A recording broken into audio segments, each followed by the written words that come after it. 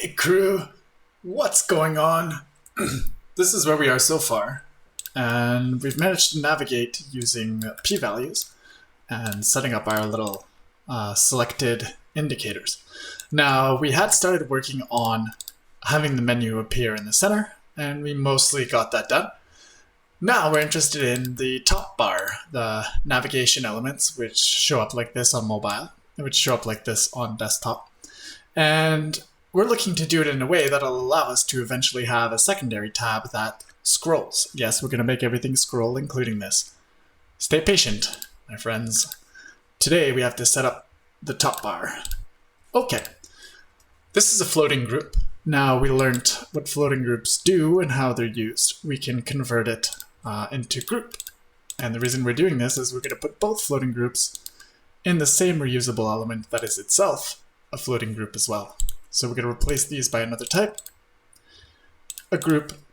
We're going to select both groups holding down Shift, right click, and group them into an aligned to parent container, which we will convert that into a reusable element called Navi main. Okay, so far so good.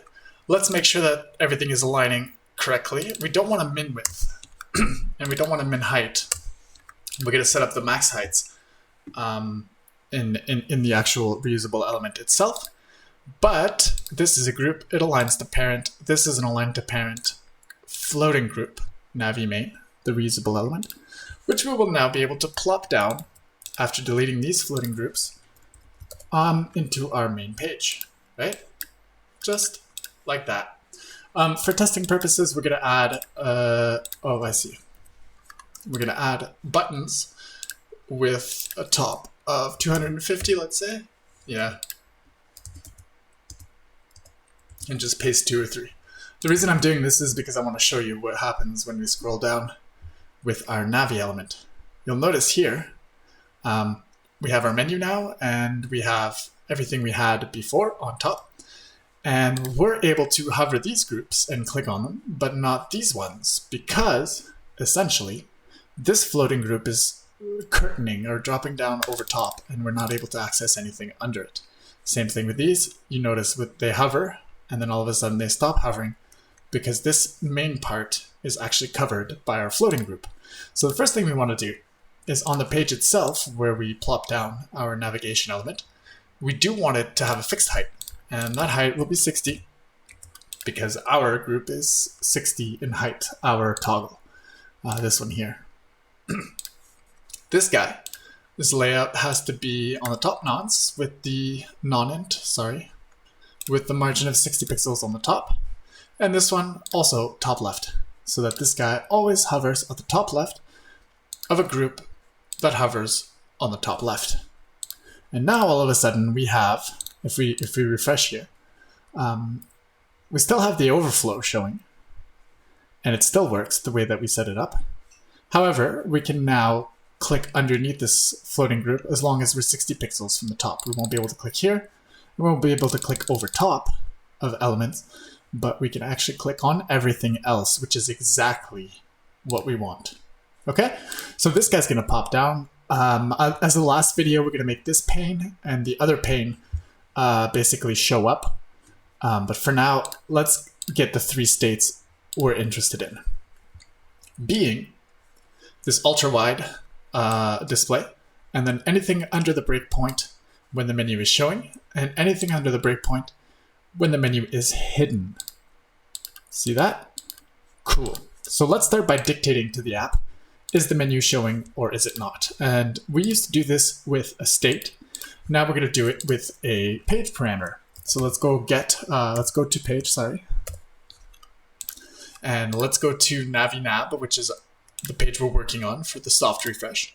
We're going to send the current parameters in case we have a P like finance or security, like you can see here, NFTs. And we don't want to change that when we click on the menu toggle, but we do want to change the menu toggle itself. Now, to change that, we're going to get data from the page URL, and we're going to get M. And we're going to say, okay, is M already menu or is it not? If it is, we're going to feed it nothing so that it toggles the menu off. And if it isn't menu, we're going to toggle it to menu. Easy peasy. Okay. Next, we have some elements here that now have, so it's 768 we were using. We're gonna now use 900. Same thing here, 900. And those are visible if it's over 900 all the time.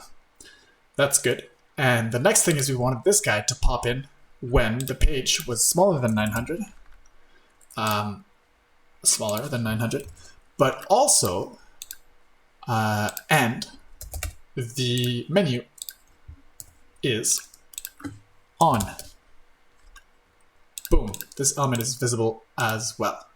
Okay, we're gonna copy this condition, and the title can stay off, I believe, on menu, and there's one more condition where we turn it on, but that's not today. That's in another video.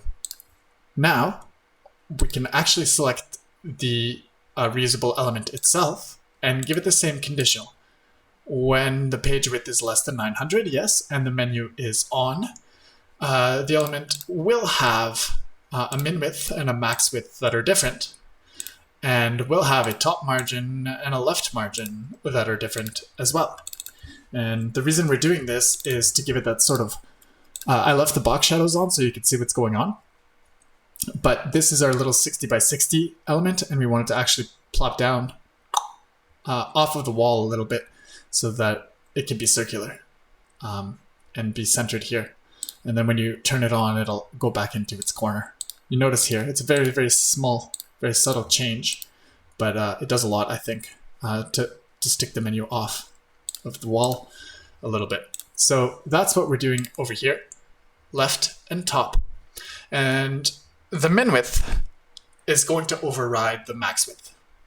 And currently, our min width should be 100 pixels, 100% at all times, unless, of course, the page is smaller than 900 and the M, like the menu, is on. In that case, we want a max width of 64 pixels. 60 pixels, plus the 868 pixels. And this will allow it to basically pop out. Whoops, that's the wrong page. Let's take a look here. And now the menu is not, and now the menu is. And so I picked the wrong conditional, but that's essentially what we want. See how it sticks off the wall a little bit? We don't need it to be 68. That was my mistake. It could stay 60. It'll be off the wall, and it's going to be is empty. Like that.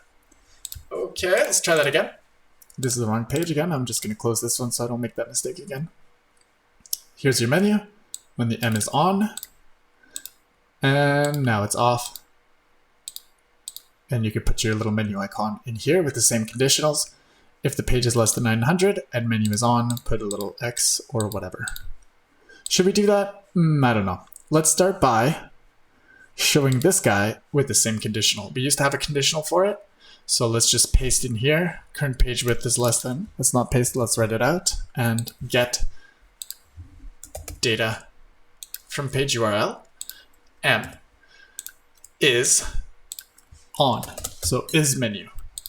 If it is menu, make it centered, make it a min width of 100%. That should work. Right now it is menu. Here's our menu. And let's turn it off. There you go. That's how it works. And as soon as we get this to be the full height of the page, this will be centered vertically, and these guys will show up. The next thing we want to do is obviously hide some of this when it gets too small. That's for the next video. But right now we have our full elements, and we can toggle between menu, but it doesn't do anything when the page is larger than 900 because of the conditionals we set. And now, when it's smaller, we can actually toggle the menu on and off. Super cool. I hope it was useful. Leave comments, questions in the description. If I can answer them, I will. And yeah, as usual, thanks for watching. Links to tip in the description below.